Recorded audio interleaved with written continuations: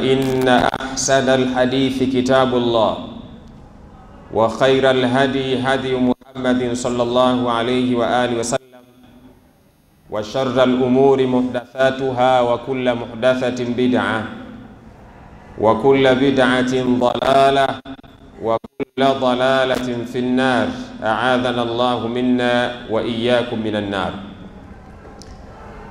Ndugu zangu, awali ya yote tumshukuru Allah subhanahu wa ta'ala kwa rehema zake na ukarimu wake. Ametuwezesha tumeweza kukutana katika majlisi yetu, lakini pia tumepata bahati ya kuwepo katika nyumba ya Allah subhanahu wa ta'ala katika muda kama huu, tukiwa tupo katika kikao cha kheri cha kusikiliza maneno ya Allah subhanahu wa ta'ala.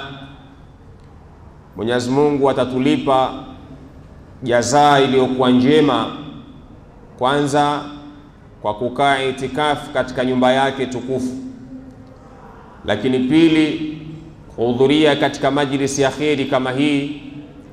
Malipo yote haya mawili tunayapata katika muda huu, na haya yametokana na maneno ya Bwana Mtume Muhammad sallallahu alayhi wa alihi wasallama, kwamba kikao chochote ambacho ndani yake Mtume akasema ni hilaqu dhikri, kikao ambacho ndani yake anatajwa Allah subhanahu wa ta'ala, basi kikao hiko huwa kinazungukwa na kufunikwa na malaika wa Allah subhanahu wa ta'ala.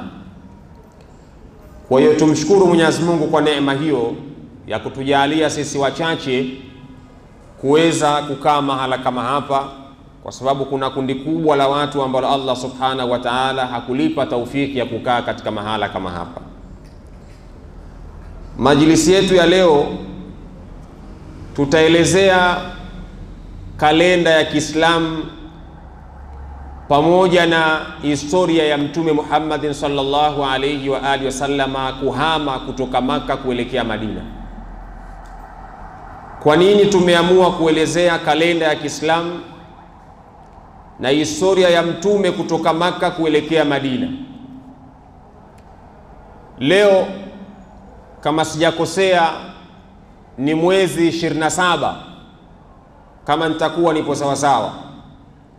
Maana yake tuna siku mbili tu kuingia katika mwaka mpya wa Kiislamu ambao ni mwezi wa Muharram. Tunaingia katika mwezi wa Muharram ambao unakuwa ndio mwezi wa kwanza katika Uislamu, na huo ndio unakuwa mwaka mpya wa Kiislamu. Sasa mwaka wa Kiislamu ni mwaka ambao unaitwa ni Hijria. Hijria maana yake ni kuhama, ni hijratun nabii sallallahu alayhi wa alihi wasallama min Makka ila Madinati al-Munawwara. Tunaposema hijra au hijria, maana yake ni kuhama, ni tukio la kuhama Mtume kutoka Makka kuelekea katika mji unaoitwa Madina. Zamani Madina ilikuwa ikiitwa Yathrib, lakini baada ya kuhamia Mtume na Madina ikapata nuru, ndio maana ikaitwa al-Madinatul Munawwara. Yani maana yake Madina iliyonawirika, kwa sababu ya ujio wa Bwana Mtume Muhammad sallallahu alayhi wa alihi wasallam.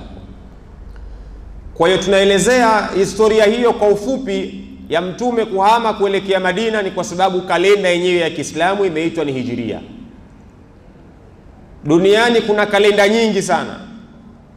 Kalenda ambayo tunatumia sisi ya kuanzia mwezi Januari up to December ni kalenda ambayo inaitwa ni miladia, au katika lugha nyingine ya Kiingereza wanaita ni Gregorian calendar. Ni kalenda ambayo imeasisiwa na Pope Gregorian the 16. Ndiyo kalenda hii tunayotumia ya January up to December. Na kalenda nyingine zipo nyingi sana duniani. Ethiopia wana kalenda yao, sio kalenda ambayo tunatumia sisi hapa Tanzania ya Gregorian calendar. Ethiopia ukienda wana kalenda yao. Ukienda Iran, Uajemi wana kalenda yao. Ukienda China wana kalenda yao. Ukienda Korea, South Korea, Korea Kusini, wana kalenda yao. Ukienda India, wana kalenda yao, na baadhi ya nchi nyingine nyingi. Ukienda Misri, sehemu wanapaita Alexandria, ni sehemu ambayo wamejaa watu wa Orthodox. Wenyewe nao wanatumia kalenda yao, hawatumii Gregorian calendar. Mataifa mengi ambayo yametawaliwa na Waingereza ndio mataifa ambayo yanatumia hii kalenda ya Gregorian calendar. Japokuwa kwa asili Waingereza nao hii kalenda sio ya kwao. Hii kalenda kiasili sio ya Waingereza. Hii kalenda asili yake ilibuniwa kutoka Rome, maana kutoka Italy. Ni kalenda ambayo asili yake ni Roman Catholic. Na Waingereza tunatambua ya kwamba wao asilimia kubwa ni Anglican. Ukienda Ujerumani asilimia kubwa ni Lutheran. Lakini miaka kadhaa mbele wa Catholic ndio walikuja wakashawishi sana kutumia kwa kalenda hii, wakaja wakaikubali kwa asilimia fulani. Lakini ni kalenda ambayo asili yake ilianzishwa na Roman Catholic, ambapo ni Italy. Ndio maana utakuta inaitwa Gregorian calendar. Pope Gregorian the 16 ndio mwanzilishi wa kalenda hii. Kwa hiyo Waislamu na sisi tuna kalenda yetu inaitwa Hijiria. Inaitwa ni Hijiria calendar. Ni kalenda ambayo imeanza kuhesabiwa tangu kuhama kwa Mtume Muhammad sallallahu alaihi wasallam kutoka Makka kuelekea Madina. Ule wakati aliohama ndio kalenda ya Kiislamu ilianza kuhesabiwa kutokea pale. Kwa hiyo kimsingi ni kwamba baadhi ya dini nyingine wana kalenda yao, na sisi Waislamu tuna kalenda yetu katika asili ya Uislamu. Hivi ndivyo mambo yalivyokuwa. Sasa tuanze majlisi yetu au darsa yetu hii kwa kuanza kuelezea asili ya kupatikana kwa kalenda hii ya Kiislamu. Kwanza, kalenda ya Kiislamu ilipatikana vipi? Mwenyezi Mungu mtukufu Subhanahu wa Ta'ala ndani ya Qur'ani anasema, inna iddatash shuhuri inda Allah 12 shahran fi kitabillah yawma khalaqa as-samawati wal arda minha 4 hurum dhalika ad-dinul qayyim. Dhalika ad-dinu al-qayyim. Mwenyezi Mungu anasema hakika ya miezi, inna iddatash shuhuri inda Allah 12 shahran, iko miezi 12 mbele ya Allah Subhanahu wa Ta'ala. Mwenyezi Mungu mtukufu Subhanahu wa Ta'ala ameumba miezi, na kabla ya ujio wa Uislamu, yani kabla ya ujio wa mtume, miezi hii ilikuwepo, tena ipo 12 Mwenyezi Mungu anasema. Lakini kulikuwa hakuna siku maalum inayojulikana, yani kwa maana ya kutambua leo ni tarehe ngapi. Leo tarehe 5, tarehe 6, tarehe 7, tarehe 8. Kulikuwa hakuna kitu kama hiko.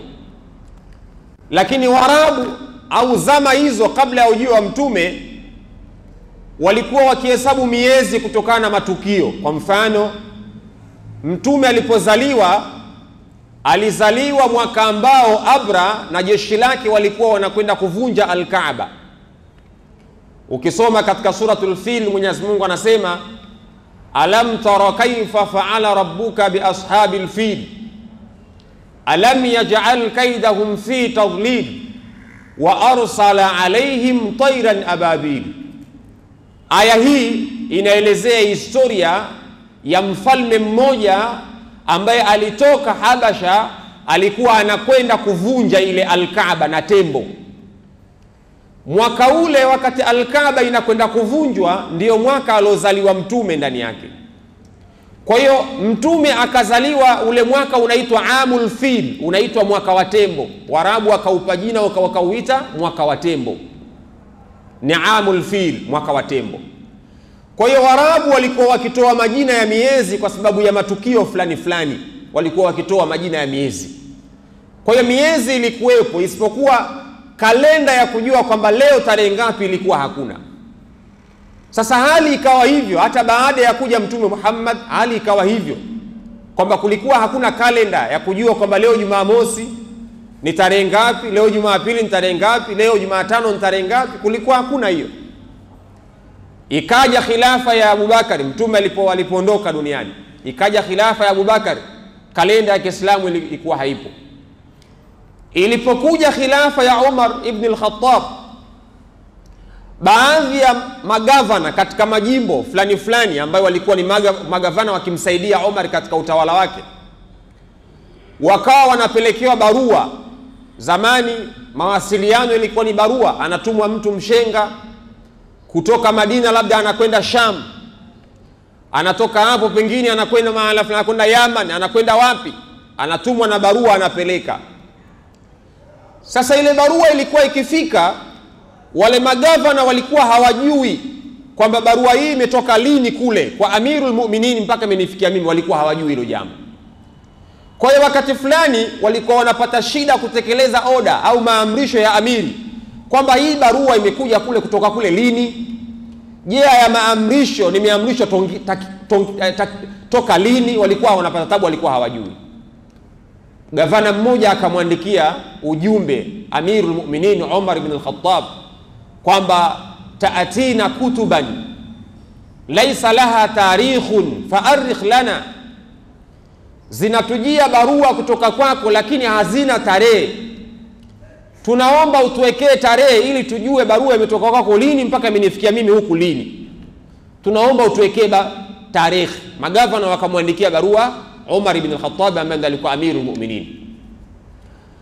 Alichokifanya Umar, akaona ni wazo jema, akaamua kuitisha mkutano wa masahaba ni namna gani wataweza kujadili waweze kupata kalenda ya Kiislamu. Hivi ndivyo kalenda ya Kiislamu ilivyopatikana. Akaita jopo la masahaba, wakakaa shura ili waweze kujadiliana namna gani watapata kalenda ya Kiislamu. Alipoita ule mkutano, baadhi ya masahaba wakaunga mkono lile jambo, wakasema hili ni jambo jema sana. Wengine wakatoa hoja, wakasema kuna baadhi ya kesi zimetujia sisi, mtu amekopeshwa, yani kwa mfano wewe mkopeshe mtu, baada ya kumkopesha yule bwana anasema nitakulipa Alhamisi, nitakulipa Alhamisi, au nitakulipa mwezi wa Safar, au nitakulipa mwezi wa Jumada al-Ula. Yani hivyo mtu anatoa ahadi kwamba nitakulipa Jumada al-Ula. Mfano wake ni kwamba mtu ukamkopesha kisha ukamuuliza utanilipa lini, anakwambia nitakulipa mwezi Disemba, lakini hakutaja mwezi Disemba ya mwaka gani, na wala hakutaja mwezi Disemba tarehe ngapi, kwa sababu kulikuwa hakuna mwaka wala tarehe, kulikuwa na miezi. Unaona shida ilipokuwepo hapo. Nitakulipa mwezi wa 12, lakini ilikuwa hasemi ya mwaka gani, na wala ilikuwa hasemi tarehe ngapi, kwa sababu kulikuwa hakuna mwaka wala tarehe, lakini miezi ilikuwepo. Sasa masahaba wakatoa rai, wakasema jambo hili ni jema, kwa sababu zimekuja kesi mtu anasema amekopeshwa na yeye akatoa ahadi kwamba nitalipa mwezi Disemba, lakini yule bwana akienda kudaiwa anasema mimi nimesema mwezi Disemba lakini sijasema ya mwaka gani. Nimesema kweli nitamlipa mwezi Disemba lakini sikusema ya mwaka gani. Nimesema nitamlipa mwezi Disemba lakini sikusema tarehe ngapi. Sasa wale waliokuwa wanatoa hukumu walikuwa wanapata tabu sana ikifika eneo hilo, kwa sababu yule anayedaiwa anatoa hoja za msingi. Kweli nimesema nitamlipa mwezi Disemba lakini sikusema Disemba ya mwaka gani, kwa sababu kulikuwa hakuna miaka. Kweli nimesema nitamlipa mwezi Disemba lakini sikusema tarehe ngapi, kwa sababu kulikuwa hakuna tarehe. Utamhukumu vipi huyo mtu?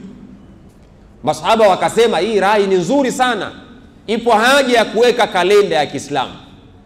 Kwa hiyo masahaba wakakaa shura, wakakubaliana kwamba waweke kalenda ya Kiislamu. Rai zikaanza kuchukuliwa kwa masahaba mbalimbali. Miongoni mwa masahaba wakasema tuanze kuhesabu kalenda ya Kiislamu baada wafati nabii sallallahu alayhi wa alihi wasallama, baadhi ya masahaba wakasema kalenda ya Kiislamu tuanze kuihesabu tangu kufariki bwana Mtume Muhammad. Alipofariki mtume tu tuanze kuhesabu kuanzia pale kalenda ya Kiislamu. Kuna masahaba wakaleta rai hiyo. Rai hiyo ya kwanza ikapingwa. Waliopinga wakasema ikiwa tutaanza kuhesabu mwaka wa Kiislamu tangu kufariki mtume, basi itakuwa kila mwaka tunapata huzuni sisi ya kukumbuka kifo cha bwana Mtume Muhammad. Ikifika mwaka mpya wa Kiislamu, badala ya kusherehekea kuingia kwa mwaka mpya wa Kiislamu, itakuwa sisi tunahuzunika kwa sababu tutakuwa tunakumbuka tukio la kufariki nani? Mtume.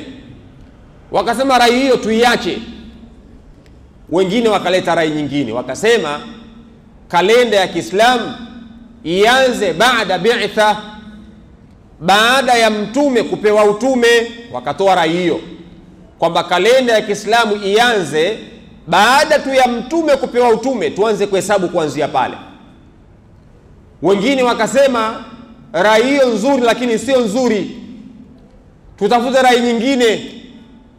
Ikaja rai ya tatu kwamba kalenda ya Kiislamu ianze kuhesabiwa kuanzia wapi. Rai ya tatu ikasema tuanze kuhesabu kalenda ya mtume tangu mtume alipohama kutoka Maka kuhamia Madina. Tangu mtume alipohama kutoka Maka kuhamia Madina, kalenda ya Kiislamu ianze kuhesabiwa kutokea hapo. Rai hii ikaungwa mkono, lakini aliyetoa rai hii akaulizwa, kwa nini? Hebu tupe sababu, kwa nini kalenda ya Kiislamu ianze kuhesabiwa tangu mtume kuhama kutoka Maka kuhamia Madina? Kwa nini? Yule bwana akasema sababu ni moja tu, qad i'tazza al-islam bihijrati an-nabiy sallallahu alayhi wa alihi wasallam. Uislamu ulipata izza, Uislamu ulipata nguvu kwa mtume kuhama kutoka Maka kuhamia Madina. Uislamu ulipata nguvu kwa mtume kuhama kutoka Maka kuhamia Madina. Hii ndiyo sababu aliyoitoa, akasema mwaka wa Kiislamu uanze tangu mtume kuhama kutoka Maka kuhamia Madina, kwa sababu Uislamu ulipata nguvu kwa sababu ya hijra ya mtume. Masahaba wote waliokuwepo pale wakakubaliana na ile rai, wakasema ni kweli Uislamu ulipata nguvu baada ya mtume kuhama kutoka Maka kuhamia Madina.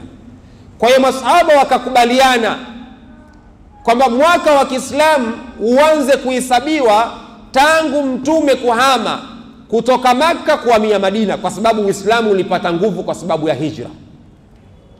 Hapo ndipo kalenda ya Kiislamu ilipoanza sasa kuanza kuhesabiwa baada ya mtume kuhama kutoka Maka kuhamia Madina. Ndugu zangu Waislamu, walipokubaliana kwamba mwaka wa Kiislamu uanze kuhesabiwa mtume alivyohama kutoka Maka kuhamia Madina, je, mtume alihama kutoka Maka kuhamia Madina lini? Mtume alihama kutoka Maka kuhamia Madina lini?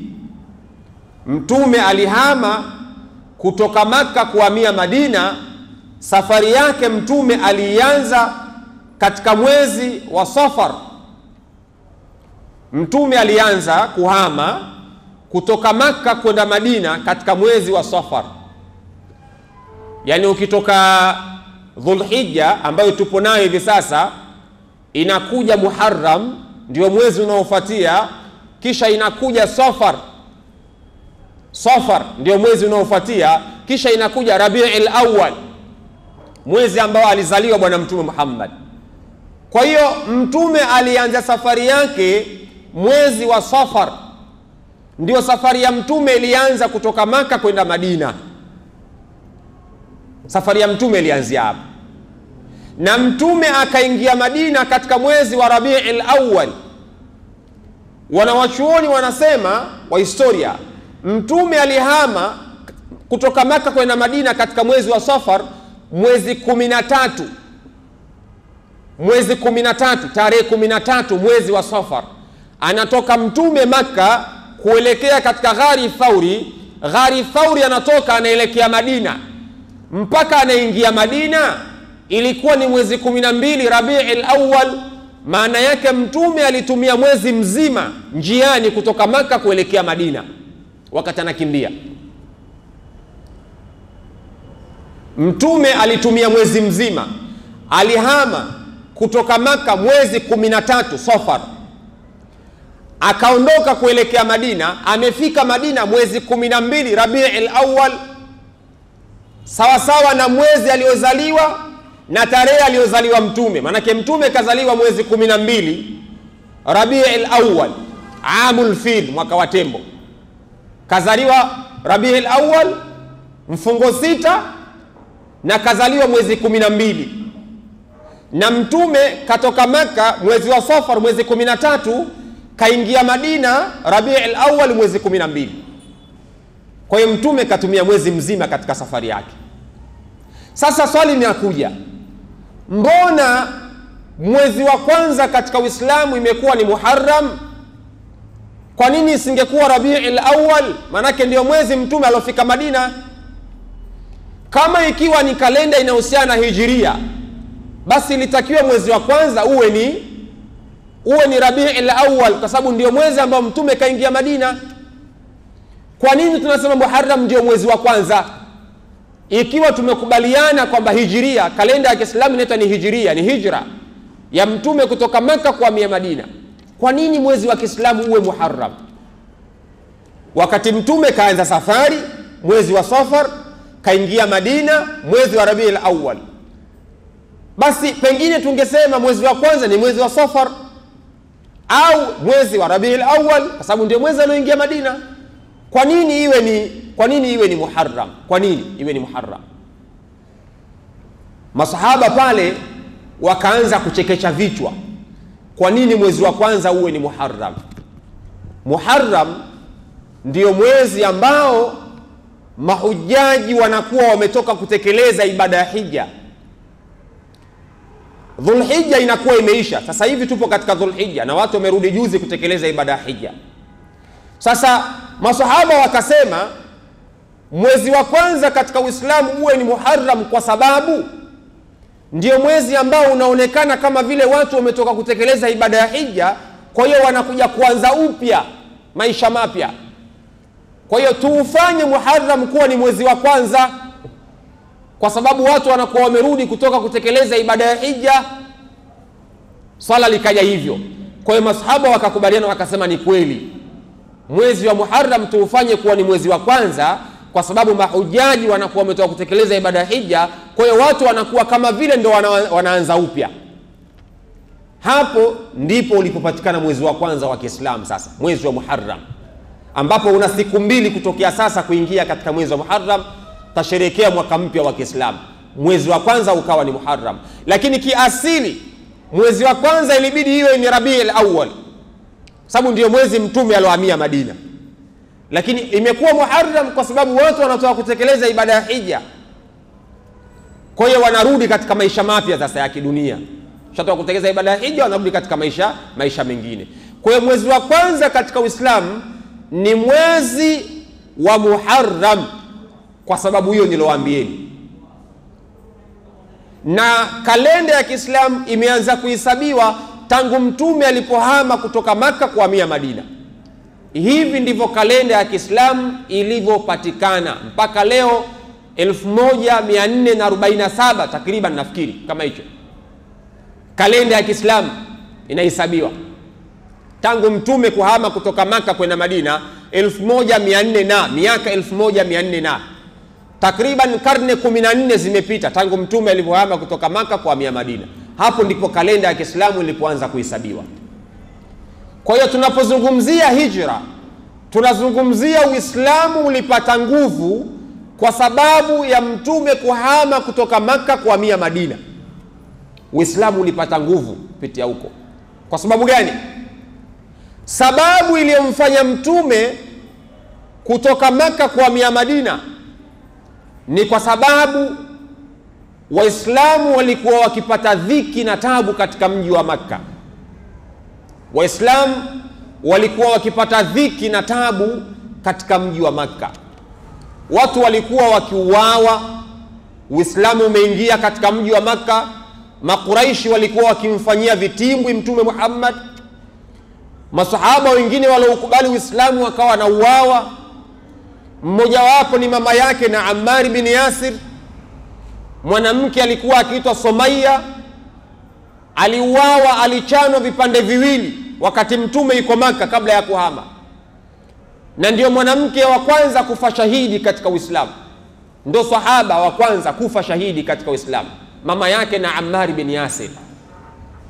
Mguu wake mmoja akafungwa farasi, mguu wake mwingine akafungwa farasi, kisha farasi mmoja akaamrishwa aende magharibi na farasi mwingine akaamrishwa aende mashariki.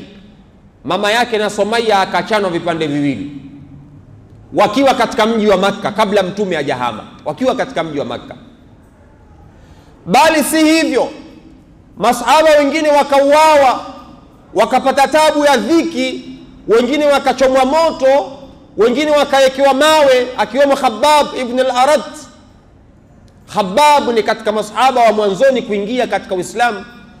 Ilifika mahala Khabbab kikawa kinachukuliwa chuma cha moto, kile kinapashwa moto, alafu Khabbab anakuja anawekewa katika mgongo wake chuma kile cha moto, Khabbab ibn al-Arat.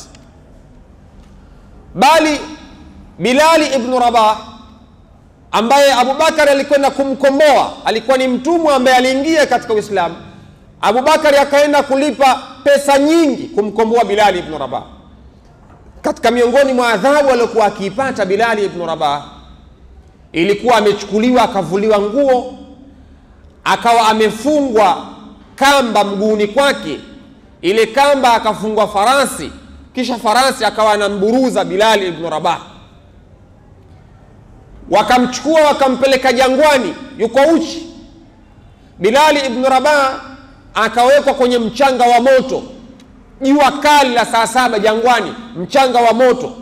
Kisha akawa anapigwa na mijeledi, likachukuliwa jiwe kubwa akawekewa juu ya mgongo wake Bilali ibn Rabah. Akawa anaamrisha amkane Mtume Muhammad, akataye Uislamu. Lakini Bilal akashikilia msimamo wake, ahad ahad ahad, mpaka Abu Bakari alipokuja kumkomboa Bilali ibn Rabah. Kwa hiyo masahaba walipata tabu katika mji wa Makka. Bali haikuishia hapo, mpaka ikafika mahala masahaba wakaanza kumuuliza Mtume, mata nasrullah, msaada wa Mungu utakuja lini? Mata nasrullah, msaada wa Allah utakuja lini ya Rasulullah? Mateso yamekuwa makali katika mji wa Makka, watu wanaadhibiwa, watu hawana raha, watu walikuwa wanatukanwa, wanazomewa, wakipita njiani wanamwagiwa michanga, wanapigwa mawe. Mata nasrullah, msaada wa Mungu utakuja lini ya Rasulullah?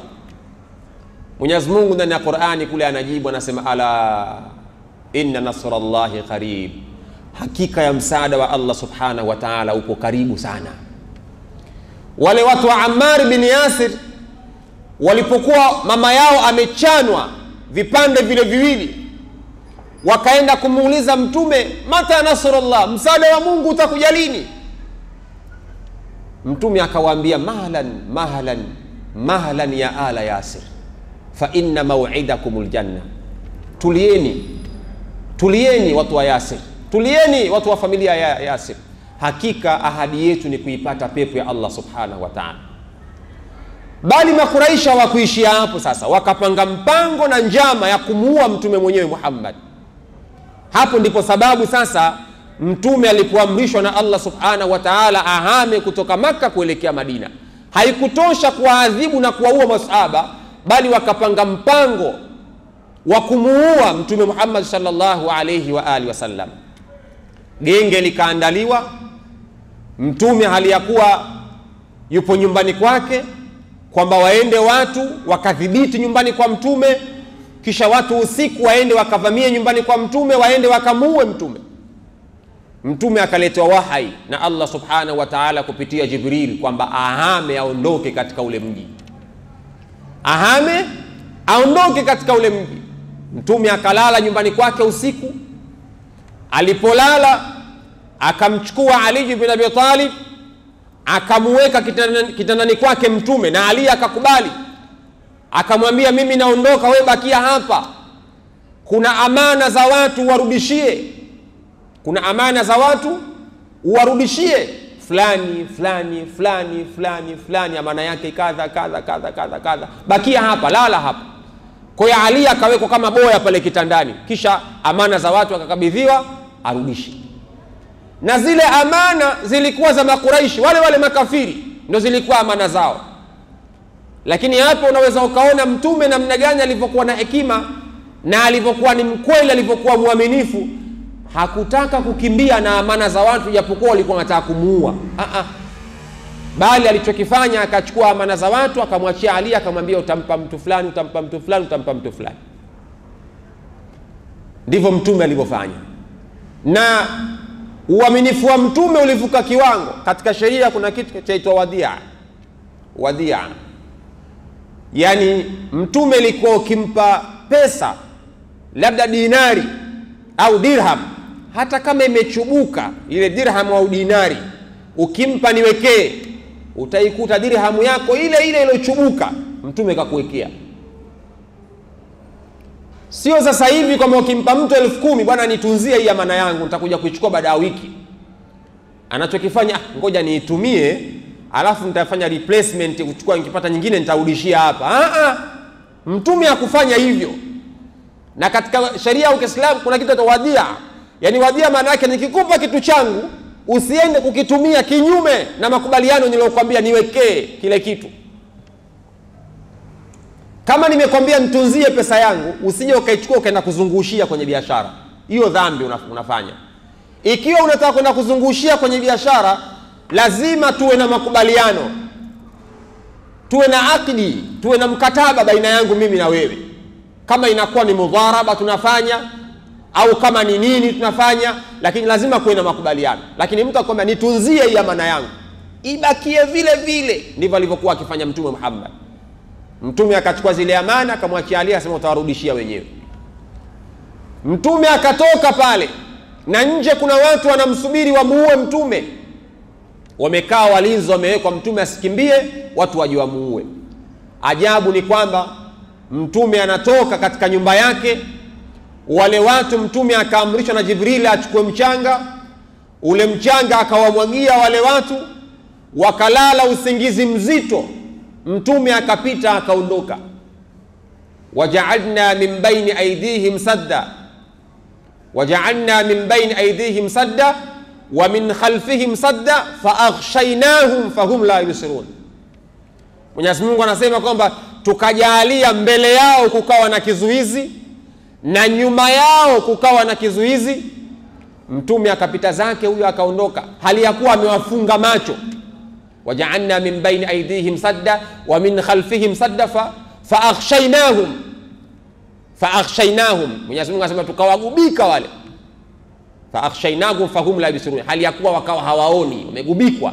Mtume akapita zake akaondoka. Ndio baadhi ya wanawachuoni wanasema aya hii ina siri na ina khawasi, kwamba mtu akiwa na jambo mahala, amepita mahala akakuta pengine kuna vibaka, akaona mahala haelewi mazingira, basi moja ya khawasi iliyokuwa kwenye Qur'an ni kutumia aya hii, waja'alna min baini aydihim sadda wa min khalfihim sadda faaghshaynahum fahum la yubsirun, kama alivyoitumia bwana Mtume Muhammad. Unashika mchanga, unamwaga, unaondoka.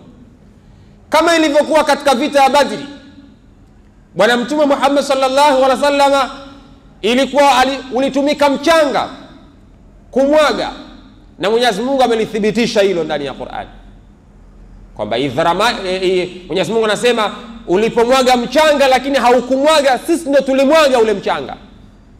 Mtume aliamrishwa achukue mchanga amwage kumwagia makafiri, lakini hakuwa Mtume bali Mwenyezi Mungu ndiye aliamrisha, na makafiri wakapata tabu kwenye ile vita ya Badri. Kila mmoja anajua walikuwa takriban 1000 na masahaba walikuwa 313 kila ya kwanza, kila ya pili 314, lakini masahaba walishinda ile vita.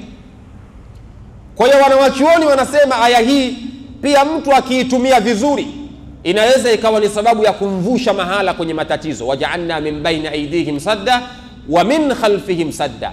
Mtume akapita akakimbia zake akaondoka, akaenda na Abu Bakari sehemu wanapaita katika Ghari Thauri, ndio kituo chao cha kwanza kilipokuwepo pale bwana Mtume Muhammad. Watu wakaanza kumfuatilia Mtume, kakimbia, akachukuliwa mtaalamu maalum wa kufuatilia nyayo, kujua kapita wapi. Mtaalamu maalum wa kufuatilia nyayo akachukuliwa na Makuraishi, wanamkimbiza Mtume, anakimbia. Yule bwana akaanza kwamba jamani, kapita hapa, kapita hapa, kapita hapa, kapita hapa. Na yule bwana alikuwa fundi kweli kweli. Kapita hapa, kapita hapa, kapita hapa, kapita hapa, kapita hapa, kapita hapa, kapita hapa, kapita hapa, mpaka kwenye lile pango alipoingia Mtume katika Ghari Thauri. Mpaka pale alipoingia Mtume Muhammad, yule bwana akawaambia Mtume kaingia hapa. Mtume kaingia hapa. Unasema kweli? Akamwambia hapa, Mtume yuko hapa, kaingia hapa. Ajabu ya Allah subhanahu wa ta'ala, kwenye lile pango Mwenyezi Mungu akaenda akamleta njiwa, akataga ndani ya lile pango. Nje kwenye ule mlango wa pango, njiwa akataga, kaweka tundu pale.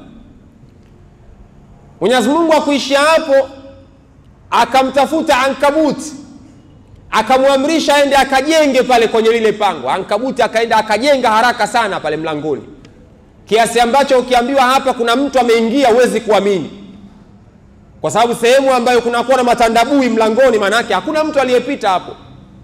Sehemu ambapo kuna njiwa kataga, njiwa pori, huwezi kusema hapa kuna mtu kaingia. Njiwa angekuwa kakimbia huyu. Wakaanza kumbishia yule, wakamba jamani, kaingia yuko hapa Mtume. Wakasema haiwezekani bwana, haiwezekani.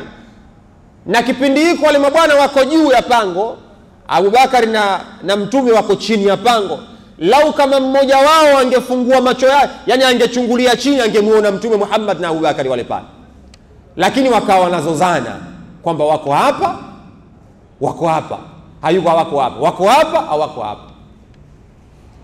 Abu Bakari anapata shida, inakuwaje hapa Mtume, itakuwaje? Allah subhanahu wa ta'ala ananukuu kauli ya Mtume Muhammad sallallahu alayhi wa alihi wasallam kumwambia rafiki yake ya kwamba la takhaf inna Allaha ma'ana. Abu Bakari, usiwe na hofu bwana, hakika Allah subhanahu wa ta'ala yuko pamoja na sisi hapa.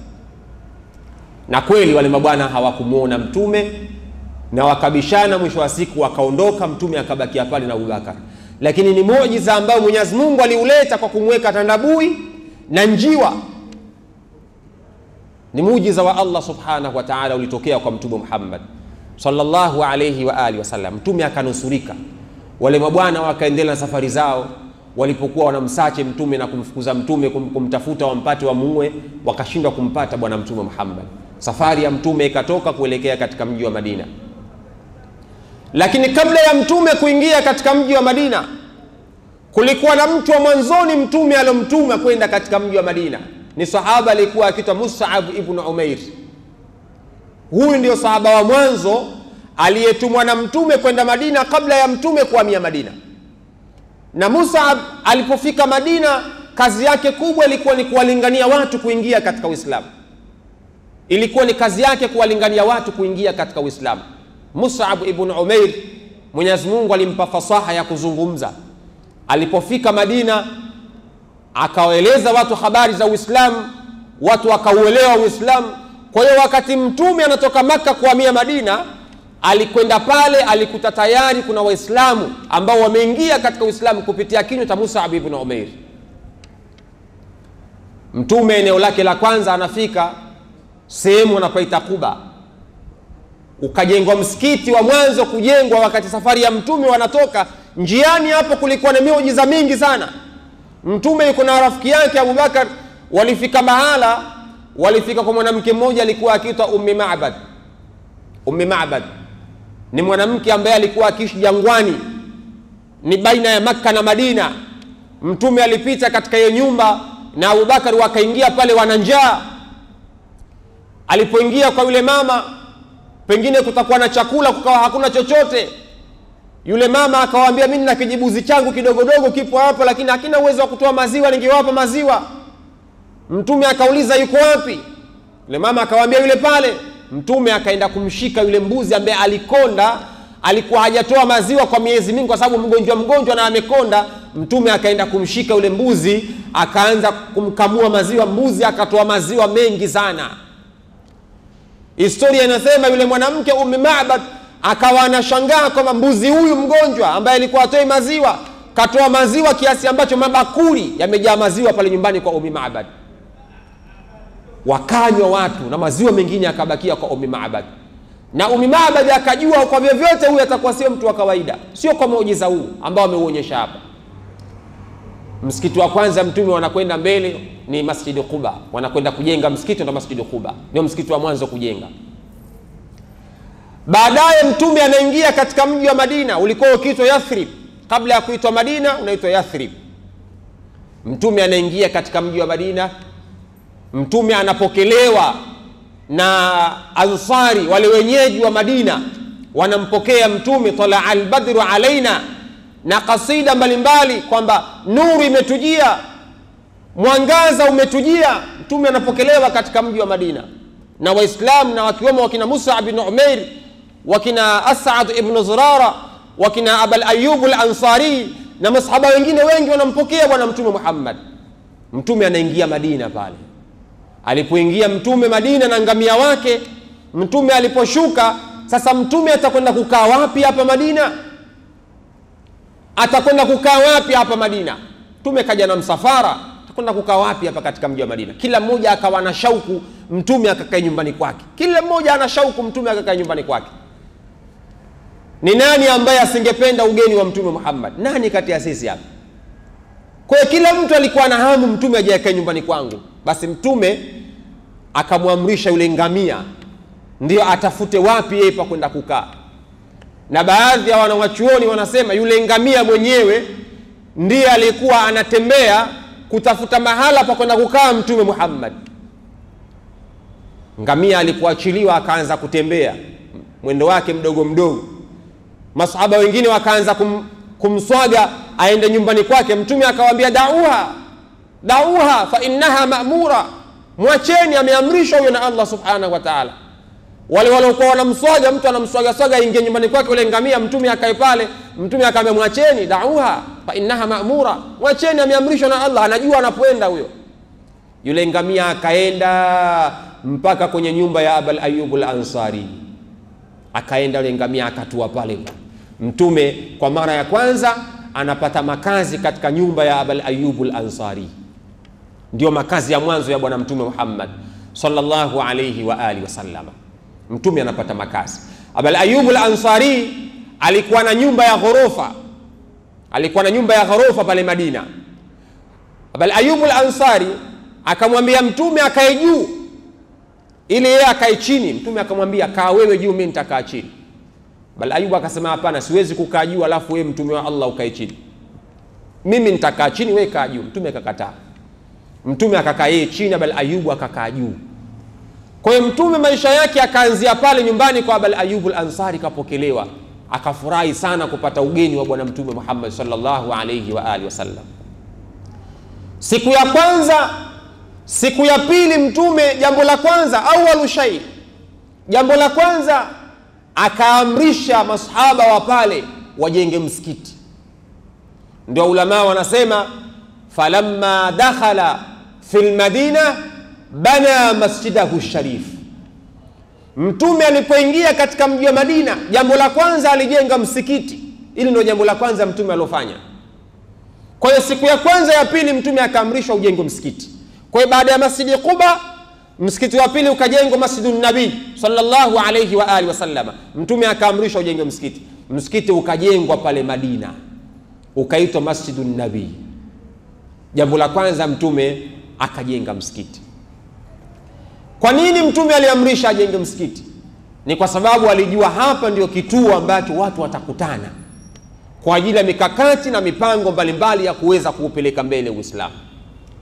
Baada ya kujenga msikiti, jambo la pili ambalo Mtume alilolifanya, akha baina almuhajirina wal ansar.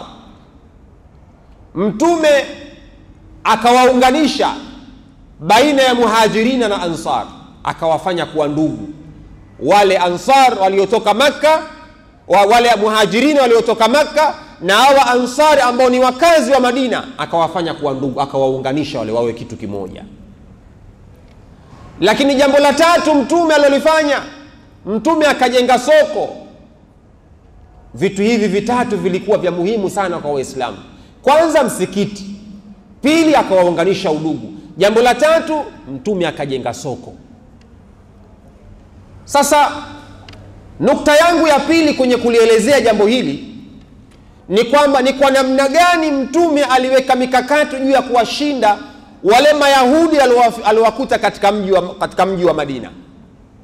Mtume aliwakuta Mayahudi katika mji wa Madina, na hii ndio nukta ninayokusudia kuelezea, hijra ya mtume na kuwashinda Mayahudi katika mji wa Madina. Leo mnaona Mayahudi wamekuwa wana nguvu, mpaka mnaona wanapigana na Iran, wale Israeli, Mayahudi wale wanapigana na Iran na baadhi ya mataifa mengine.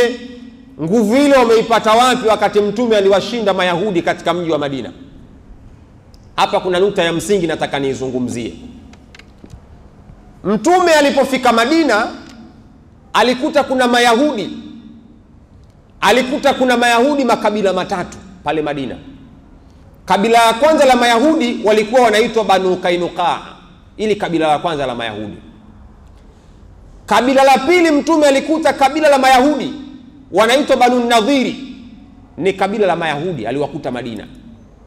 Kabila la tatu aliwakuta Banu Quraidha, ni kabila la Mayahudi pale Madina. Makabila matatu makubwa ya Mayahudi pale Madina, na Madina ilikuwa ikitawaliwa na Mayahudi kwa 80%. Asilimia 80 ya mji wa Madina ulikuwa unatawaliwa na Mayahudi, na waliokuwa na uchumi katika mji wa Madina walikuwa ni Mayahudi. Kama mnavyoona leo duniani, walioushika uchumi wa dunia ni Mayahudi. Kuna kitu kinaitwa integrity economy. Integrity economy, yani uchumi wote wa dunia mwisho wa siku unakwenda, alafu lazima ufike kwa Wayahudi. Yani kuna percentage fulani lazima ifike kwa Mayahudi, na kituo chake kikubwa kiko Marekani. Integrity economy, kituo chake kipo Marekani. Yani uchumi wote wa dunia utakwenda, lakini kuna percentage lazima Mayahudi wapate, kuna asilimia fulani lazima wapate kwenye uchumi wote wa dunia. Ima ikiwa ni biashara ya mafuta, kwa sababu unapozungumzia uchumi duniani asilimia 80 ni mafuta. Unapozungumzia pesa duniani unazungumzia mafuta. Yani ukisikia pesa imepanda thamani, imeshuka thamani, wakati mwingine ni mafuta. Mafuta yakipanda kila kitu kinapanda, mafuta yakishuka na vitu vingine vinashuka. Ndio maana Iran alipokwenda kuzuia lile lango la uchumi duniani Hormuz, siku 2-3 hapo mafuta yakapanda bei, na baadhi ya bidhaa Ulaya zikapanda bei. Kwa nini? Kwa sababu uchumi wa dunia unaendeshwa na mafuta. Sasa hakuna biashara utakayoizungumzia duniani umkose Myahudi ndani yake. Ikiwa ni mafuta, Myahudi yuko ndani yake, na bidhaa nyingi, vinywaji, Coca-Cola, Fanta, Sprite na vinywaji vingine vingi, Red Bull na vinywaji vingine vingi sana, vyakula, KFC, McDonald's na migawa mingine mingi, siyo Nyembe, siyo nini, Gillette, zote hizo, Nesto, maziwa hayo, ni kila aina ya bidhaa unayojua wewe, Myahudi ndani yake ana share yake. Integrity economy, Marekani, uchumi wote wa dunia. Ndio maana kama unaamua kutuma dola sasa hivi kumtumia, kwa mfano unamtumia mtu dola ipo Kenya, ile dola haiwezi kumfikia mpaka iende Marekani ndio iende pale.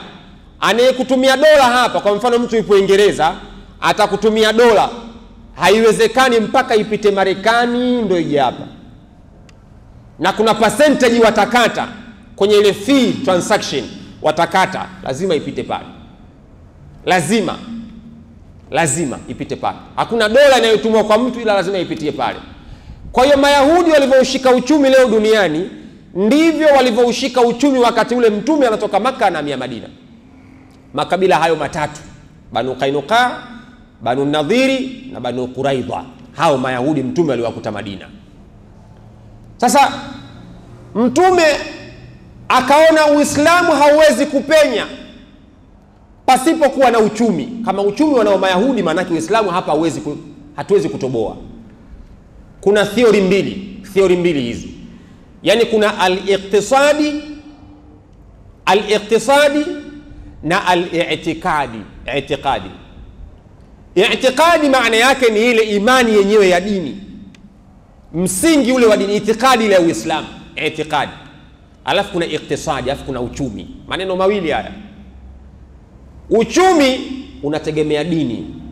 Unaweza ukawa na uchumi kama huna dini, uchumi wako unaweza ukawa na mushkil, kwa sababu utafanya miamala ya riba nini, kwa sababu huna dini. Na ukitaka itikadi iende mbele, dini iende mbele, lazima uwe na uchumi. Kwa hiyo nadharia hizi mbili, theory hizi mbili, itikadi na iktisadi, zinategemeana, uchumi na dini. Uchumi na dini. Na mtume alijua hili kwamba ili hapa Madina dini iweze kupiga hatua lazima tuwe na uchumi. Na kama uchumi wanao Mayahudi inakuwaje? Madina mtume alikuta soko.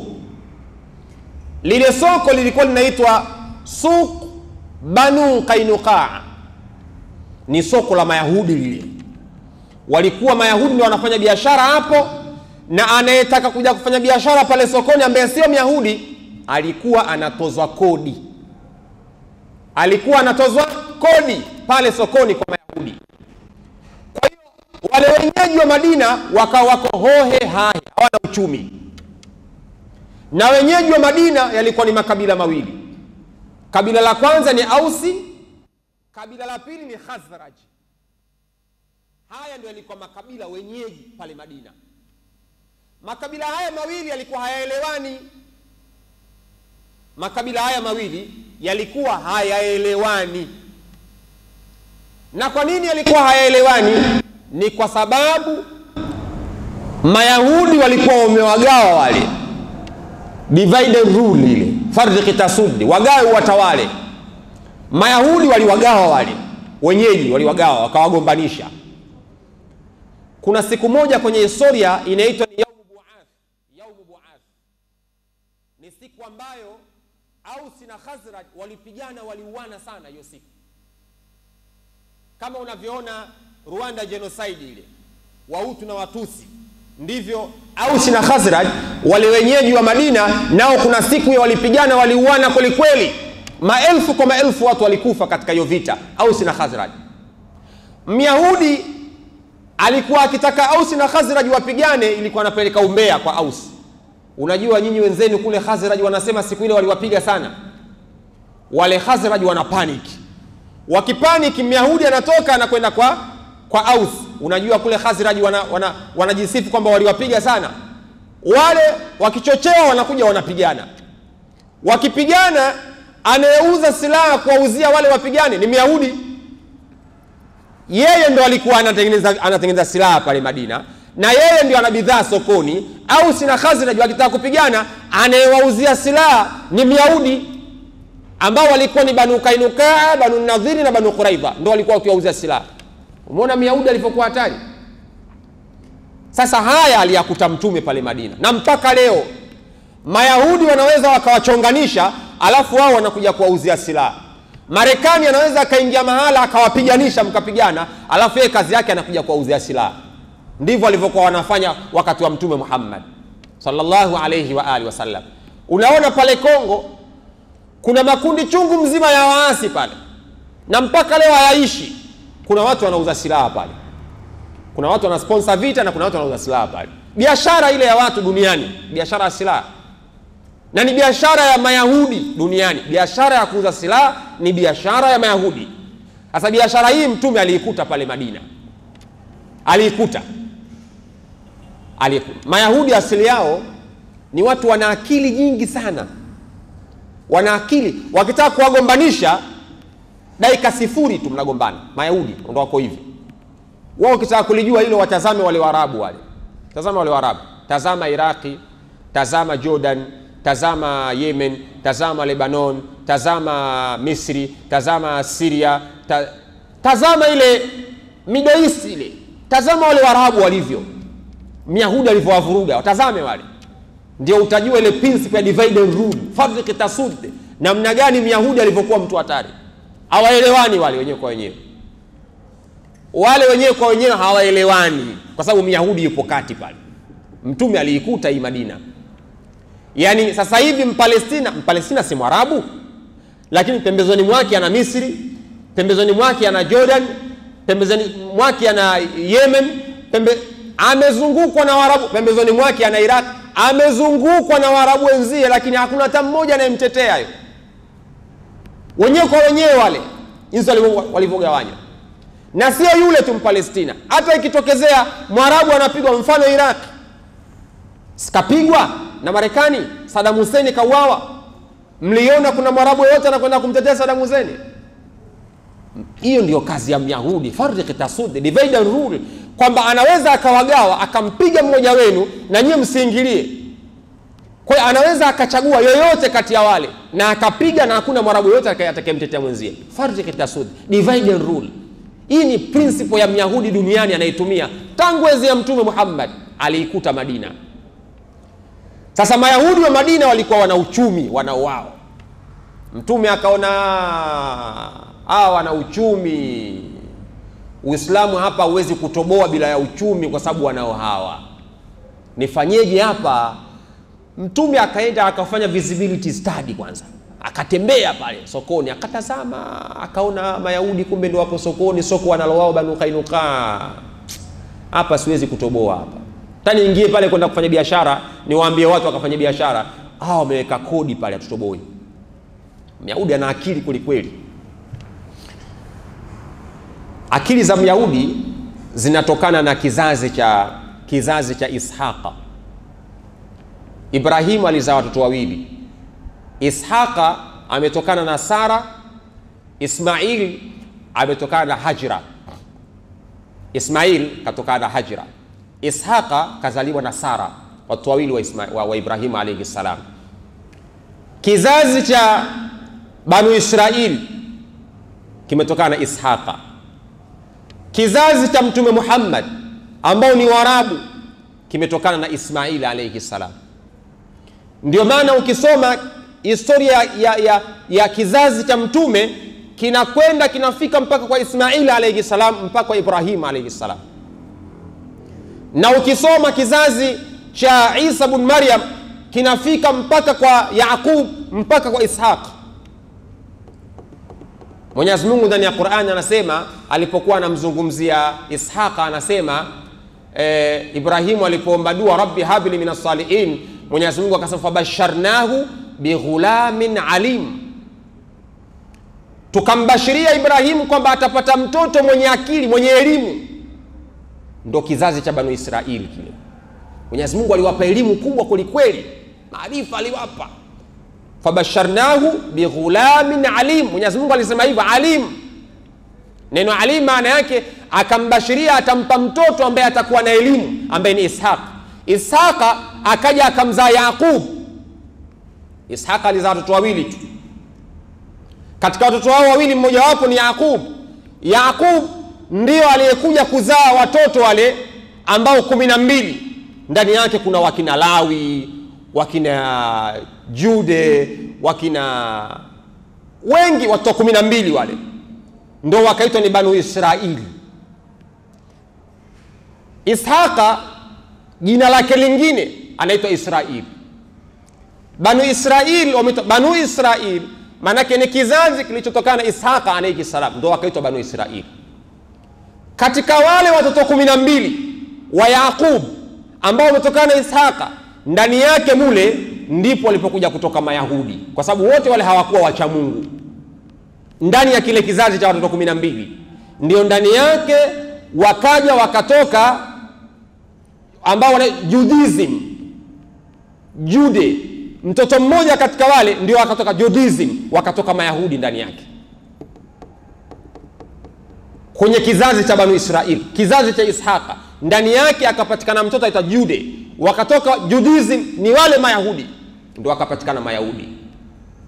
Fabasharnahu bighulamin alim. Ndio maana ukaona wale wana akili nyingi sana, wale ndani yake walitoka mule Mayahudi kwenye kizazi hicho. Kwa mtume huku kizazi chake kutoka kwa Ismaili, Mwenyezi Mungu anasema Ibrahim alivyoomba dua, rabbi habli minas salihin, Mwenyezi Mungu akasema fabasharnahu bighulamin halim. Bighulamin halim. Mbona hapo? Tukambashiria utapata mtoto aliyekuwa mpole ambaye ni Ismaili. Kwa Ismaili akatoka mtume Muhammad. Ndio maana unakuta Waislamu ni wapole tangu mtume mpaka Waislamu wenyewe ni wapole. Huwezi kuwafananisha na Mayahudi. Yaani Mayahudi wanaweza wakaua, Muislamu kuua kwake ni jambo zito sana, lakini Mayahudi wanaweza wakaua na wala wasiwe na shida yoyote. Wala wasiwe na shida yoyote, na wala wasiwe na dhiki yote. Ndicho wanachokifanya sasa hivi duniani. Asa mtume aliliona hili, kaona wana uchumi hawa, nifanyeje? Mtume alichokifanya, akaenda akafungua soko pembezoni kidogo mwa soko la Mayahudi. Soko la Mayahudi lilikuwa laitwa Suq Banu Qainuqa. Mtume akaenda akafungua soko lake. Baada ya kufungua soko, Mayahudi wakaona mtume kafungua soko, wakaona huyu anakuja na strategy za Waislamu wawe na wafanye biashara, huyu afai huyu. Akatoka mtu mmoja alikuwa akiitwa Ka'b ibn al-Ashraf, usiku akaenda akachoma moto lile soko. Soko la Waislamu likachomwa moto. Mtume asubuhi wanamke wanakuta soko lote limeteketea na moto. Mtume akaona inakuaje hapa? Lakini kashajua ni hila za Mayahudi. Na siku zote ukitaka Myahudi akushambulie, akitaka kukuona wewe unakuwa kiuchumi, huwezi kuwa rafiki na Myahudi. Kwa vyovyote lazima akutafutie zengwe, vyovyote vile. Ukijifanya unataka kukua kiuchumi, si mnamuona yule rais wa Burkina Faso yule? Anaitwa nani si yule kijana yule? Ibrahim Traore. Umeona anachukiwa yule na mataifa ya kibeberu na washirika wake, Marekani, Ufaransa, Uingereza, wanamchukia yule. Kwa nini? Ni kwa sababu kuna baadhi ya mirija ya Mayahudi anaiziba. Huyu mbona anataka kuwazindua watu? Wanamchukia yule. Ndio Mayahudi wako hivyo. Hata hapa ukiwa rais wa nchi hapa, ukiwazuia katika mianya yao, ukileta sera za kujifanya kwamba nataka watu wanufaike na mali zao, na wanakuondoa Mayahudi. Yaani Mayahudi ndio wako hivyo, kwamba ukijitia unataka kuwazuia kwenye mirija yao, hudumu, utakuondoa. Sasa wakaenda wakachoma soko la Waislamu. Akatokea mtu mmoja Myahudi mmoja anaitwa Ka'b ibn al-Ashraf, akakorogoa moto kwenye soko. Soko lile tuku likateketea. Mtume akaona sawa isiye kesi. Mtume akatoka akaenda kuanzisha soko lingine tena. Kwa mfano soko lile la Mayahudi lipo kama hapa Mtambani. Mlango wa kuingilia Madina, mlango mkubwa kama pale Magomeni pale, Junction pale, Magomeni ndio mlango mkubwa, wafanya biashara kutoka Yemen, kutoka wapi wanaingilia kule kuja hapa katika soko la Mayahudi. Mtume yeye akaenda akaanzisha soko Mkwajuni, liko upande wa mashariki mwa mji wa Madina. Mtume akaenda akaanzisha soko pale Mkwajuni. Kwa hiyo lile soko la Waislamu lile, wafanya biashara wote wakiwa wanataka kuingia Madina kuja kufuata biashara au kuja kuuza bidhaa zao, kwanza walikuwa wanapita kwenye soko la Waislamu, alafu ndo waje huku. Bwana Mtume alivyokuwa na akili, ametafuta yani strategic area, eneo la kimkakati, kaenda kaweka Mkwajuni. Kwa hiyo kwanza wanapita pale kwa Waislamu, alafu ndo waje huku. Kwa hiyo Mtume kaenda kuweka soko kule. Kisha Mtume akaweka masharti katika soko lake. Sharti la kwanza la Mtume aloweka pale, akawaambia la tadribanna fihi bi kharaj. Soko hili la Waislamu hakuna kodi hapa, tofauti na soko la Mayahudi. Hapa hakuna kodi. Alivyoweka sharti hiyo, wafanyabiashara wengi wakavutiwa, wakawa sasa hawaji kwa Mayahudi, wakawa wanaishia pale katika soko la Waislamu. Umeona mkakati wa kiuchumi Mtume anavyowashinda Mayahudi? Wakawa wanaishia kwenye soko la Waislamu, hawaji huku, kwa sababu kwa Mayahudi kuna kodi, kule kwa Waislamu hakuna kodi. Na waliokuwa wanakuja kufanya biashara, wanakuja kuuza bidhaa zao, wakiuza walikuwa hawakati chochote. Katika sheria ya mambo ya kodi kuna kitu kinaitwa free duty au duty free. Yani kuna baadhi ya wakati kuna bidhaa huwa hazitozi kodi. Ndio kwenye soko la Mtume ilivyokuwa, kwamba ilikuwa ni free duty. Kulikuwa hakuna kodi, wewe uza, chukua, ondoka. Kwa hiyo wafanyabiashara wakawa wanakuja kwenye soko la Mtume Muhammad. Soko lile likaanza kuwa kubwa. Mayahudi huku biashara yao ikaanza kuporomoka. Mtume akaweka sharti lingine, akawaambia katika soko hili hakuna kujenga khaima, hakuna kuweka, yani usiweke frame. Mahema yale zamani kwa kama hema, msiweke frame hapa. Yani sio kama Kariakoo kwamba siku ukuja unafunga frame yako. Mtume akamwambia hapa hakuna kuweka frame. Kama siku ukuja eneo libakie wazi, anafanya mtu mwingine. Soko lile likawa linapendwa kwa masharti yake. Mayahudi wakaanza kuanguka kiuchumi. Ndivyo Mtume alivyoanza kuwashinda Mayahudi. Wale Ausi na Khazraj wale Mtume akawaunganisha wale, wakawa ndugu wale. Myahudi sasa akawa anashindwa kwenda kuwagombanisha kwa sababu tayari Mtume kashawaunganisha wale. Na principle ya Myahudi ni divide and rule, farq tasud, mgawe mtawale. Sasa wale washaungana, inakuwaje? Mayahudi wakaanza kukosa nguvu kiuchumi. Mtume kawabana, kisha kawaunganisha udugu, wale wakawa wanaelewana. Kwa hiyo Mayahudi wakawa hawana nguvu. Tazama Mtume anavyowashinda Mayahudi. Leo Mayahudi wana nguvu ni kwa sababu principle zile zile zimerudi, kwa sababu watu wamemwacha Mtume. Watu wamemwacha Mtume. Ndio maana unaona Mayahudi leo wana nguvu kiuchumi, kivyovyote vile, kijeshi, lakini Mtume aliwashinda Madina. Mtume hakuishia hapo sasa. Mtume katika vita vya Uhud, Mtume anakwenda kupigana vita vya Uhud, akaweka mkataba na Mayahudi kwamba jamani, kwa sababu walikuwa wao na elimu ya kutengeneza silaha. Kama unavyoona leo Marekani ana elimu ya kutengeneza silaha, Israeli ana elimu ya kutengeneza silaha. Kwa sababu hata sisi Tanzania tunanunua silaha kwa Israeli. Tunanunua silaha kwa Mchina. Israeli ana ujuzi toka miaka hiyo ya Mtume Muhammad, wana elimu ya kutengeneza silaha. Sasa Mtume akaeka nao mkataba, bwana, mimi ikitokea vita nitakuwa nakuja kununua silaha kwa mnunuzie silaha. Mayahudi wakasema sawa, wakaingia mkataba. Wakati wa vita umefika, Mtume akawafuata Mayahudi, jamani nataka silaha. Mayahudi wakamwambia si hatuwezi kuuzia silaha bwana. Na kwa sababu Waislamu walikuwa hawana elimu ya kuuzia silaha, maana yake wanae wao Mayahudi wakamnyima silaha Mtume. Mtume akapata taabu sana. Mtume akaona eneo la kuwagombanisha watu nimewashinda, eneo la kiuchumi nishawashinda, sasa hivi tena elimu. Mtume alichokifanya akawachukua watu 10 akiwemo Zubair ibn al-Awwam, akawachukua akawapeleka Yemen, wakaenda kusoma elimu ya kutengeneza silaha. Watu 10 wakaenda wakasoma, waliposoma wakarudi. Waliporudi Mtume akafungua workshop ya kujifunza na kutengeneza silaha. Kwa hiyo masahaba wengine wakawa wanafundishwa na wale watu 10 na wale wanatengeneza silaha. Kwa hiyo Mtume akawa tena haendi kwa Mayahudi kununua silaha. Kwa hiyo kiuchumi kawazidi na silaha cheza mwenyewe. Mayahudi pale nako wakaanguka. Baada ya miaka kadhaa Mayahudi wakawa hawana uchumi Madina. Mayahudi wakawa hawawezi kuwagombanisha watu Madina. Mayahudi wakawa hawana nguvu katika mji wa Madina, bali Waislamu ndio wenye nguvu. Ndivyo ilivyokuwa. Kama unavyoona strategy za Irani 1978 baada ya kumpindua yule Shah, strategy ya kwanza walianza kujiimarisha wao wenyewe kwanza bila kumtegemea mtu mwingine yoyote. Na ndio kanuni ya mwanzo, ukitaka umshinde Myahudi usimtegemee. Lakini huwezi kusema unataka kumshinda kisha unamtegemea kwenye baadhi ya mambo. Wakamwekea vikwazo wapi? Kazalisha wanasayansi wake, anatengeneza silaha zake. Myahudi hamwezi. Ni principle ambayo nao wameapply kutoka kwa Mtume Muhammad kwamba lazima tujitegemee. Ndio maana unaona leo Myahudi kuna baadhi ya maeneo kashindwa kupigana na yule Irani. Lakini kama ingelikuwa naye ni kibaraka kama ilivyokuwa nchi za Uarabuni, ilikuwa Myahudi anaendelea kutawala, wala Irani asingeweza kupambana naye. Kwa hiyo Mtume alipoingia Madina alikuta principles za Mayahudi zinafanya kazi. Mfano wa leo tunavyoona. Mfano wa leo Waislamu tumekosa nguvu leo duniani, mnavyoona ni kwa sababu ya Mayahudi. Yani farq tasud. Lau kama Waislamu wangekuwa lao moja,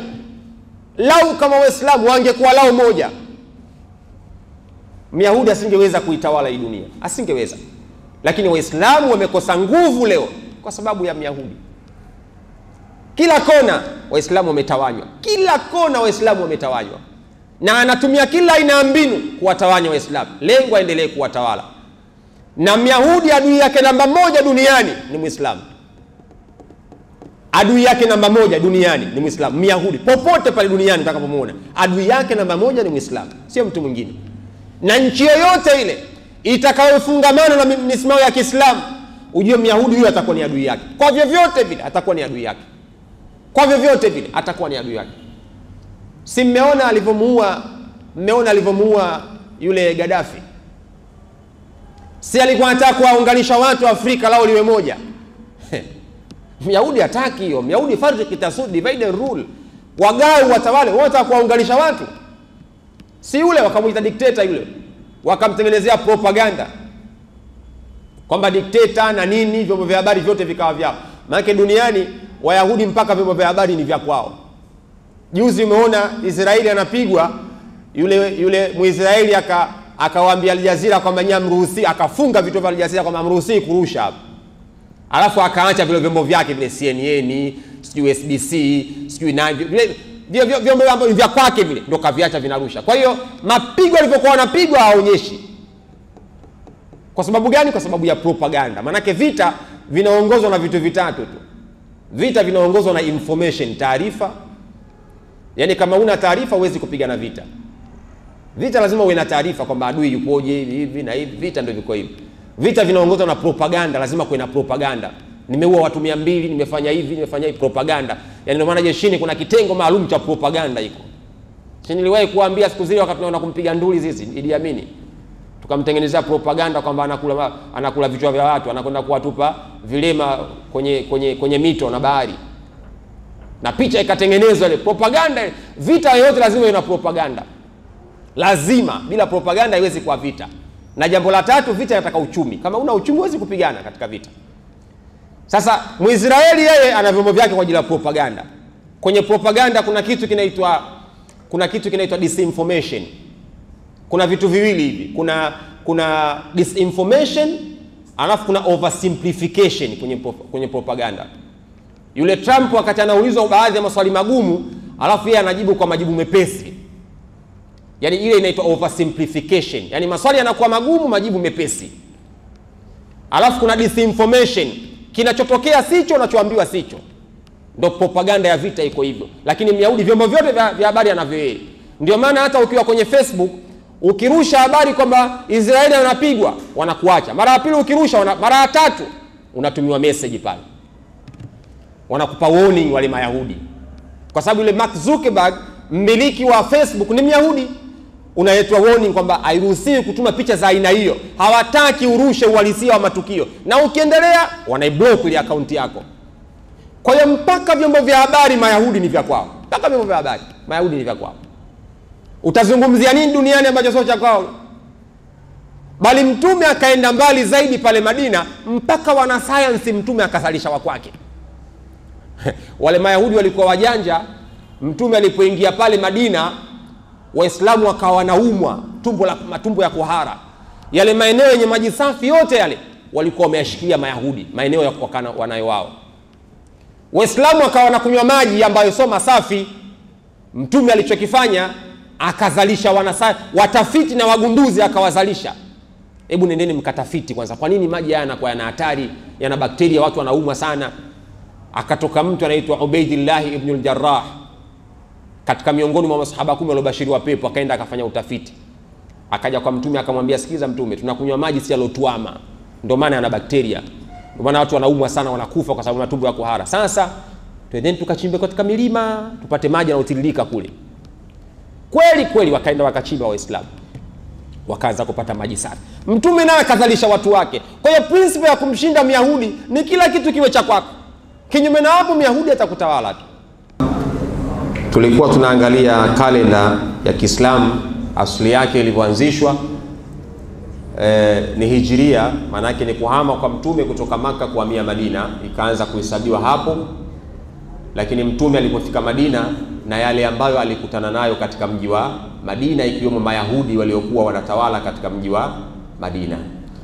Kwa hiyo tulikuwa tunajaribu kuelezea namna gani Mtume alitumia kanuni zipi kuwashinda Mayahudi katika mji wa Madina, kwa sababu waliwakuta ndio watu wana nguvu pale, watu ambao wana nguvu pale. Siku moja nilikuwa naongea mahala, nikawaambia kwamba baada ya Mtume kuingia Madina, baada ya miaka 3 mbele, Abdurrahman bin Auf ndio akawa tajiri kuwashinda Mayahudi wote pale Madina, na wao Mayahudi walikuwa matajiri kuwashinda watu wote. Kama unavyoona leo tunaambiwa kwamba tajiri namba 1 ni Elon Musk, ana utajiri wa dola bilioni 400, na tunaambiwa leo wakina Jeff Bezos, wakina Mark Zuckerberg, wakina Bill Gates na wengineo wote Mayahudi, wote ni Mayahudi. Lakini Mtume alimfanya mtu mmoja katika Waislamu akawa tajiri kuwashinda watu wote, kuwashinda watu wote wakati ule. Kwa nini Mtume aliweza kumfanya Abdurrahmani kuwa tajiri? Kwa sababu kuna principle Mtume alitumia, ndio maana akaweza kuwashinda Mayahudi. Sasa siku zote ukitaka umshinde Yahudi uwe na uchumi wako. Ukiwa una uchumi huwezi kumshinda Myahudi, sababu uchumi wote Myahudi duniani anao yeye. Yaani hata ukienda katika nchi za Kiarabu, mafuta ana share kubwa sana katika visima vya mafuta katika nchi za Kiarabu, na anachukua mafuta mengi sana katika nchi za Kiarabu. Katika nchi ambazo zinaongoza kuuza mafuta duniani, Marekani naye akiwemo anaongoza kuuza mafuta. Sasa unajiuliza, Marekani achini mafuta, anaongoza vipi? Anachukua mafuta na kisha ndio anaongoza kwa kuuza duniani. Yaani Myahudi yuko hivyo. Hata ukizungumzia habari ya madini, wao wanaongoza kuuza madini, lakini yeye sio anaongoza kwa uchimbaji wa madini. Inakuaje anapata? Lakini anakwenda anafanya ubeberu, anachukua ndio principle hii ilikuwepo tangu enzi ya Mtume, kwamba wana kawaida ya unyonyaji katika maisha yao Mayahudi. Lakini asili yao ni watu ambao wanaweza wakamwaga damu na wala wasione dhiki, wakafanya lolote katika ulimwengu na wala wasione tabu, na wakawagombanisha mkawa hamuelewani, mapote mkawa huyu atajiita Salafi, atajiita sijui Ansari, atajiita sijui Sufi, huyu sijui Kadiria, sijui huyu nani, mapote kwa muelewani. Tafika mahala mpaka mtatoana katika Uislamu, kwamba wewe sio Muislami ndio Muislamu. Divide and rule tu, wagawe watawale. Fimbo msagulano wenyewe kwa wenyewe atuelewani. Yeye huyo anafanya mambo yake, anaendelea. Vitu vyake vinakwenda mpaka tuje tumuelewe, turudi katika manhaji ya Mtume Muhammad. Basi kwa sababu Mtume alitengeneza manhaji yake sawa sawa, ndio maana akawashinda. Kinyume na hapo hatuwezi kuwashinda Mayahudi. Kila tutaendelea kuwadhalili na wanyonge, na Myahudi ataendelea kuitawala dunia. Maana yake wanaitawala dunia hivi sasa Myahudi. Wote wale kina Donald Trump wote wale Mayahudi. Wote. Na kila mmoja anaingia anakuta pale kuna kanuni zipo za kuongoza na namna kuitawala dunia. Lakini Mtume alivunja hii. Sasa hijra ya Mtume, tunapoenda kusherehekea mwaka mpya wa Kiislamu, mwaka wa Kiislamu umeitwa hijra ni kwa sababu i'tazza al-Islam bi hijrati an-nabi. Uislamu ulipata nguvu kwa sababu ya Mtume kuhama kutoka Maka kwenda Madina. Ndio maana Uislamu ukapata nguvu, na ndio maana kalenda ya Kiislamu ikaitwa ni Hijria. Sasa ulipataje nguvu? Mtume aliwashinda Mayahudi pale Madina. Baada ya kuwashinda Madina Mayahudi, Waislamu wakakamata Madina. Baada ya kuikamata Madina, Waislamu wakaja kuikomboa Maka, ikawa ndio fathu Maka. Sasa Mtume akaingia Maka pale na jeshi, anakuja kugomboa Al-Kaaba, anauliza madha tadhunnuna anni fa'ilun bikum al-yawm. Makafiri wanamkimbia Mtume, kashaingia na jeshi. Mtume kaichukua Maka, akawa na miji miwili, ana Maka ana Madina. Akakuta ufunguo Al-Kaaba, anao mtu mmoja anaitwa Talha, anatoka kwenye kabila moja la Kisaudi. Yule bwana ndo alikuwa akishikilia ufunguo, Uthman ibn Talha. Yule bwana ndo alikuwa akishikilia ufunguo wa pale Al-Kaaba. Mtume akaamuru ukafatwe ufunguo. Akaja akachukua ufunguo ule Abubakar na Ali, walipochukua wakaja kwa Mtume wakafungua Al-Kaaba.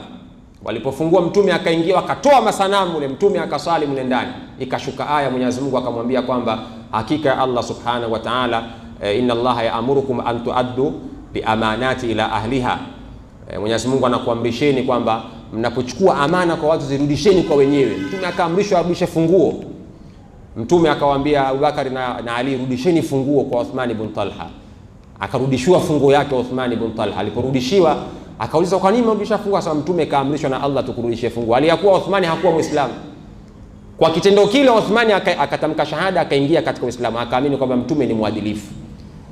Mtume baada ya pale akaamuru, kuanzia leo ufunguo utabakia kwa Uthman ibn Talha mpaka kiyama kinaingia. Kwa hiyo mpaka leo Al-Kaaba funguo yake ipo kwenye ukoo wa Uthman ibn Talha, Banu Shaiba ukoo wao unaitwa huko mpaka leo Madina, Makka, Banu Shaiba.